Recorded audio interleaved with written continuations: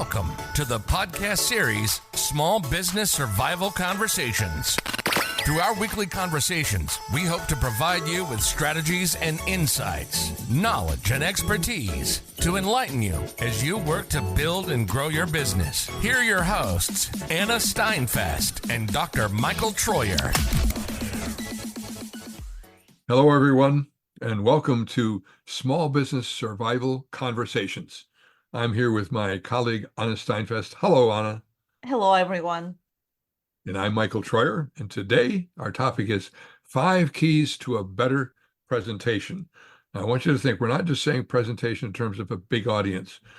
When you're talking to a person that you want to become a customer, that's a presentation. So take the word presentation broadly and narrowly.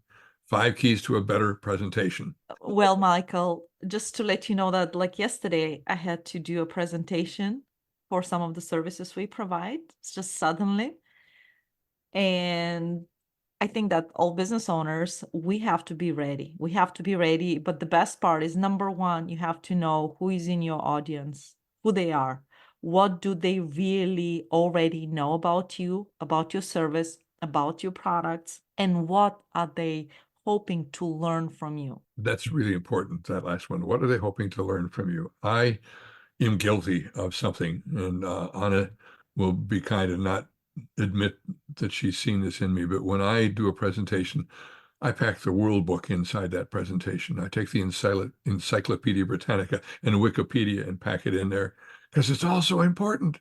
And I need to know what my audience already knows and what they want to learn from me, and limit it to 3 items, perhaps, that I'm going to share with them that I think they don't know at this point and they'd like to learn from me. That's what I've had to learn. I'm still learning to do it. My advice is just put everything, all the information together. And then, Michael, like all your World Encyclopedia, and then just cut and cut and cut until you have 3 things you need to bring, because people's brain, they cannot retain information more than 3 things. What are the 3 most important things you would like? And I think our brain wants to show people all that we know. And so Anna's right. Put it all down, but then pare the heck out of it. Cut, till you're down to the 3 things that you're really good about knowing, and you know others can learn from you. Absolutely. Absolutely. And people are going to retain the 3, but they're not going to retain the 22. Yes. Know the details you want to share and make sure that these 3 things can cover that. Yep. Now, the second step of this 5 keys to better presentation, I think is a big step, and that's to prepare in detail, like an attorney does for a courtroom situation, but use an outline and try to speak from that outline. That's the tough part. I've seen teachers who read to their students in the classroom. They read long notes, beautifully written, and the students are all asleep because there's nothing very exciting about somebody reading to you for an hour. What you need to do is speak from an outline. And this is something Anna and I believe strongly in. Yes. We got to sound like we're spontaneous. You're much more spontaneous from an outline than if you've got it all written out. Or if you can memorize it and make it sound like it's spontaneous, that's okay too. But there again, we limit ourselves to 3 valuable ideas that you want to share, but from an outline, so that you can kind of let go and talk about it as it comes to you. Usually we will use that in our podcast. We will have the title and 1 or 2, 3 things we want to cover, and then we will start back and forth. So with our knowledge, so I think it's better. But again, like Michael said, make sure that in this outline consists of your 3 things you want, 3 big ideas you want to mention. In fact, I had some time back, I remember a gentleman talking about this kind of thing, and he said, say your 3 things right at the front end, then talk about each one individually, and then summarize the 3 things you just told them. So you're reinforcing what you're telling them. Now, here's another crazy one. I'm proposing, even though you don't do it in detail, that we rehearse out loud in front of a mirror. So you got to close the door so the dog doesn't bark. Got to tell the spouse to leave you alone. You're just talking to yourself. What's important there is you're checking your energy and you're checking the sound of your voice. Are you sounding dynamic? I could talk in a monotone with no expression whatsoever and bore you all to tears. And if you fall asleep in front of the mirror and crack your head against the mirror, it means you're not very exciting because you put yourself to sleep. So practice being dynamic in front of the mirror so that you get a sense of how you sound. And I think one of the challenges here is to learn to raise the tone of your voice part of the time and lower the tone of your voice part of the time. I have to disclose that Michael, he's an actor part-time, so you can hear in his voice how he can play with his voice, not me. I'm straightforward, but the best part is every time I will go and make presentation, I go back to my why. Every time I want to make sure that I'm animated, when I go to my why did we create this product? Why do I deliver this service? Go to your why, and then I guarantee you that you will have enough vibe in your voice that you will attract and your audience will hear you and you will hear your passion, why we're passionate about what we do. So And if you can't hear the energy in Anna's voice this morning, go get yourself a cup of coffee because you're not awake yet. It's coming right across through the speakers. She's always got energy when she's talking to others. That's what makes the business go. So energy and use your voice dynamically. What's the next one? listen to yourself. That's what kind of overlaps with the rehearse key we just mentioned. Annually, I have to have this celebration and I have to deliver a speech, which for some of our listeners, I hate it. At the beginning, I really hated delivering any kind of speeches. I hate public speaking, but my job and what I do made me, I had to do it. So I will go in right now before that event happens. I will record myself on my cell phone and I will listen what I like, what I don't like when I'm delivering this speech. Just do it. Listen to yourself. I know that at the beginning, it's not very exciting. I mean, in fact, when we start doing the podcast and I will be, oh, my accent or my voice, you know what? Just don't listen to your accent or your voice. Just listen. Do you deliver your passion?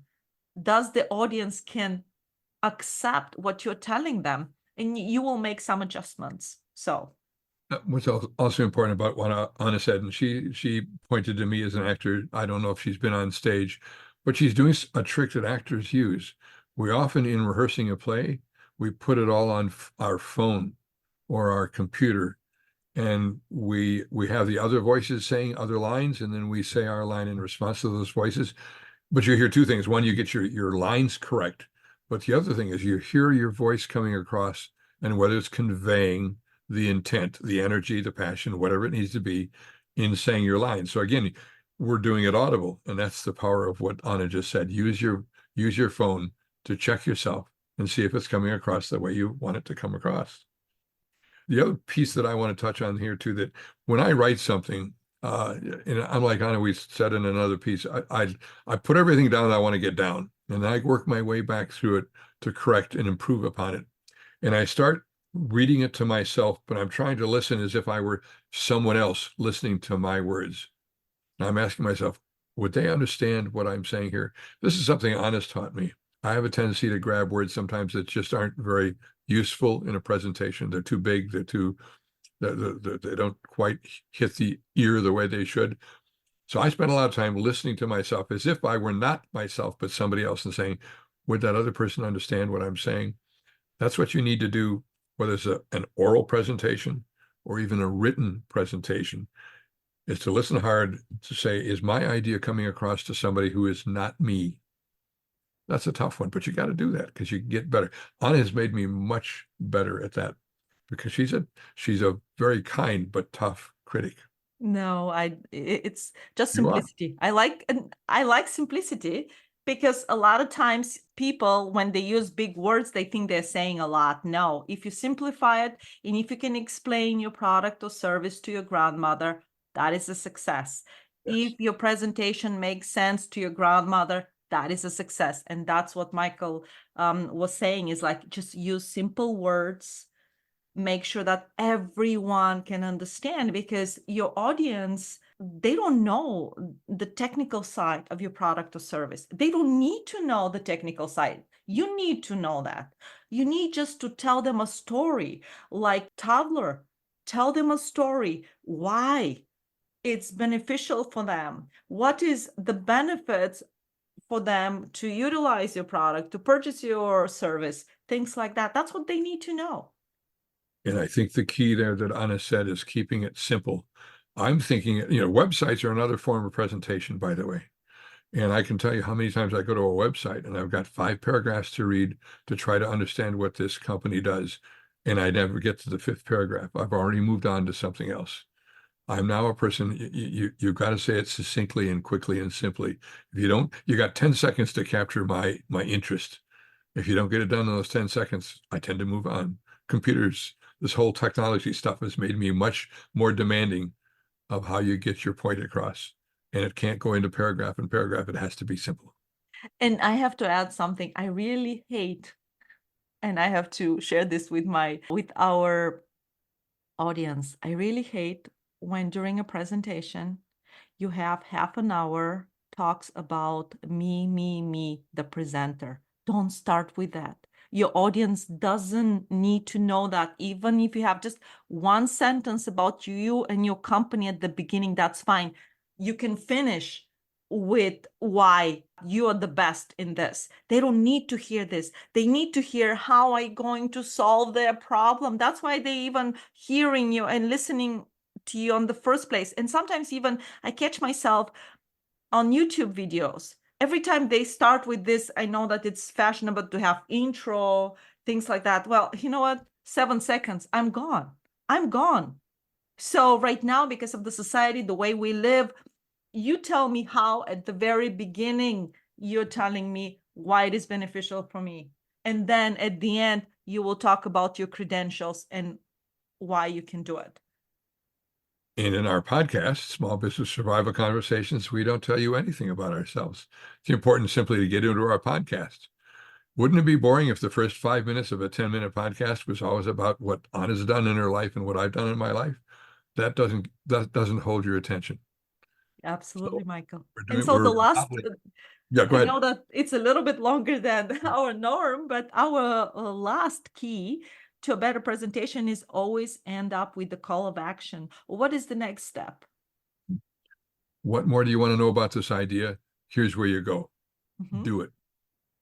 Absolutely. So, Michael, can you recap for our listeners? Yes. All right. Know your audience and know what they want to learn from you. Then prepare yourself. I like to use an outline, and then it lets me kind of extemporize around, whoops, there's that big word, kind of say the words I want to say around that outline so that I don't have it all written out, because I don't want to catch myself reading to people. Limit yourself to 3 valuable ideas. Rehearse, especially the dynamic character of your voice, your energy, your passion. Listen to yourself, whether in writing or in person, to see how it's coming across. So that's part of rehearsal. And then always end with a call to action. Folks, you need to know more about this. Here's where you go. Or act on this today, whatever it might be. Thank you for being with us. Thank you, Anna. Thank you, everyone. You've been listening to the Small Business Survival Conversation podcast. Make sure to like, rate, and review the show. And don't forget to join us next week for another episode. In the meantime, hook up with us on our Facebook group at Small Business Survival Tools and Tips. Till next time, thank you for listening.